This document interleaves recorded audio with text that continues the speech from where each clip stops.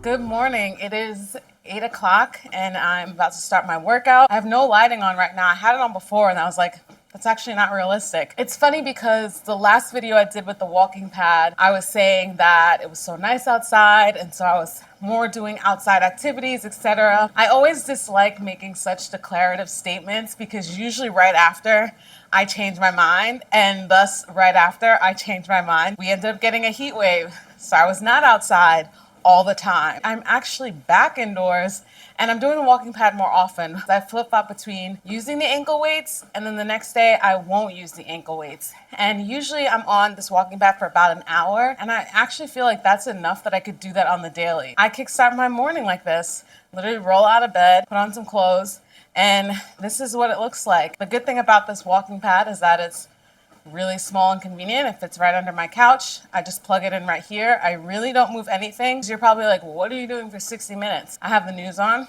right now. But I also recently got into the New York Times games. I know this sounds so silly, but it actually takes me the amount of time that it takes me to walk to finish the game. I get an email every morning from the New York Times at 6:55, and it gives me the morning breakdown of all the news. I like to skim through that, and then at the bottom is a link to the games, and you don't have to pay for anything. I mean, you could buy a game membership, which is tempting, but I just go through and I play the games. That literally is all I do, and that's how I'm able to stay on the walking pad so long. So I'm just gonna skim real quick. I just click right here, I go to today's games, and there are so many, and I literally go top to bottom. The mini, connections, spelling bee, Wordle, letterbox, strands. I skip tiles. Tiles is so boring. It's just very tedious and I don't want to deal with that. And then I usually end a Sudoku, and sad to say, I usually don't finish the Sudoku because it's that hard, and I choose the medium level. I like to have something to do while I'm on a machine or working out. It goes by so fast. I'm at usually in the 2.4, 2.6 range. I don't run or do like a fast jog with the ankle weights. I don't think that that's safe. And because it's every single day, I'm actually motivated to get on the walking pad and walk and play the game. I'm in my last 3 minutes and I'm pretty mad because the Sudoku was really hard. So I kind of had to forfeit because I knew I just wasn't going to get it. But anyway, I'm pouring with sweat. Also, I just want to mention digestive issues. This walking makes me want to go. I swear, like whatever people say, like, oh, go for a walk after dinner or just go for a walk in general if you feel like you need to. And it's absolutely so true. Literally around the 40-minute mark, I'm like, okay, things are moving. TMI, but I was like, we'll be going. So that's another thing to keep yourself regular. If you got a walking pad, whatever exercise you're thinking about doing, you should go ahead and do it because chances are it's going to get things moving. And honestly, like I'm here for it. As you can see, the sun is starting to come out, but my workout is not over because now I get off of this and I head over to the other side of my apartment and I do some weights and all that. So that's what I'm going to do next. It's only about like a half hour, 45 minutes. So this is an under 2-hour workout, which I know sounds dramatic, but again, it's just because I'm walking for an hour. You can do this. Anyone can do this. One day that's walking, and then I do a lower body focused workout. And then the next day I do walking and then do one that focuses on upper body. 61:37 is my end time, so I'm gonna slow it down. That was so great. And sometimes I will actually leave the ankle weights on for my lower body workout just because it does help with stability. And so you can see the actual like width of the space that I have. I've got arm's length, which pretty much means leg length. It is enough to get a full body workout in and feel like I have some space. If I show you the floor, you'll see there's enough space even in the fact that this is pretty small. Also want to share what happens when you do dumb things. So as you can see, I have my couch right here and this looks like a nice little ledge. And my beloved weights that I have, which I now need to get rid of, but my beloved 8-pounder weights, I would put on the edge of my couch. And one lovely day that I did that, it rolled off and it broke in two. So I literally broke my 8-pound weight, which is so crazy. I've never seen the inside, but if you're curious of the inside of your weights, I don't even know what this material is, but it fell off and broke.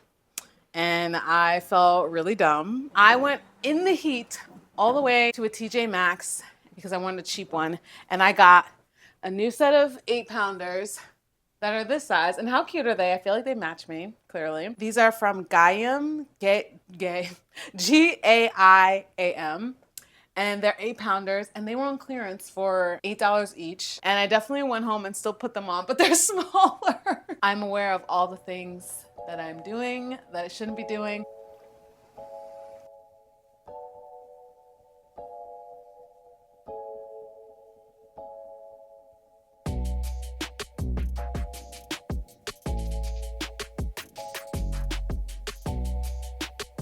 Time to take the ankle weights off. They did what was needed to do. A really good upper body workout that I'm about to do. This is from Juice and Toya. They're doing the warm-up right now, which I will not be engaging in because I'm already into my routine, but they have a really good upper body workout that kills me. All right, we did it. We completed the workout. That was intense, and probably my favorite exercise, or new favorite exercise, is the headbanger, the one where it's overhead, because I swear it kills the triceps, and I feel it the next day and the next day. If you're someone like me, you're kind of like, I need as little obstacles as possible in the way of me working out, then you don't have to move much of your furniture around to get a good workout in. I also will say you have to get into the routine of it, because I mean, I used to literally leave my apartment and go to the gym, and that takes effort. That's waking up, that's changing, that's having a bite to eat, that's traveling, that's walking there, doing your workout and coming back. And it's even sometimes hard to be in my bed in this apartment and roll out and just get a workout in. And that's like less than 2 feet away. So if you're anywhere in that neighborhood of, I have thought of as many excuses as possible as to why I can't work out, here's one to combat that. I can roll out my walking pad without moving my couch much. I can be on my phone playing games while getting a good workout in. In the wintertime, I was working early mornings through the evening,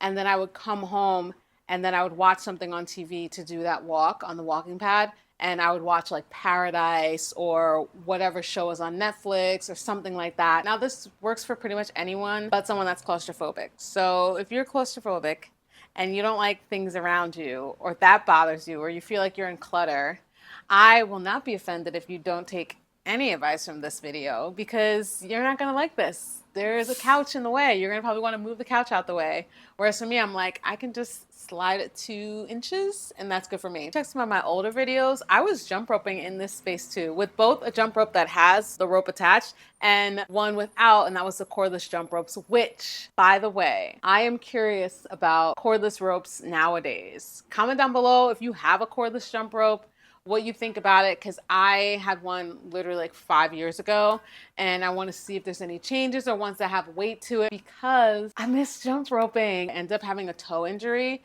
and so for, what is this, like 2 years now, I haven't jumped rope. That was single-handedly the best full body workout. There's an emotional connection to it because I just got into it during the pandemic, and not that I want to go back to a pandemic, but I just love thinking about how dedicated I was to it. And now I'm going to hop in the shower and my day begins. Anyone out there that needed a little bit more motivation to use your small space to get your daily workouts in, it doesn't take much. It is completely possible. Are y'all doing this as well? Do y'all have simple workouts?